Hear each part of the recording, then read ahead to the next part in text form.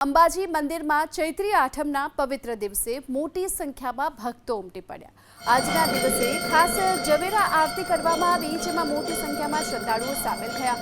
મંદિરમાં ભટજી મહારાજે આરતી ઉતારી દેશભરમાં સુખ શાંતિ અને સમૃદ્ધિ જળવાઈ રહે તેવી પ્રાર્થના કરી। ચૈત્રી નવરાત્રી દરમિયાન દરરોજ મંદિરમાં 3 વખત આરતી કરવામાં આવે છે। મંદિર પરિસરમાં અનુષ્ઠાન અને હવનનું પણ આયોજન કરવામાં આવ્યું। બોલ માળી અંબે જય જય અંબેના નાદથી મંદિર પરિસર ગુંજી ઉઠ્યું। ભક્તોએ માં અંબેના દર્શન કરી ધન્યતા અનુભવી।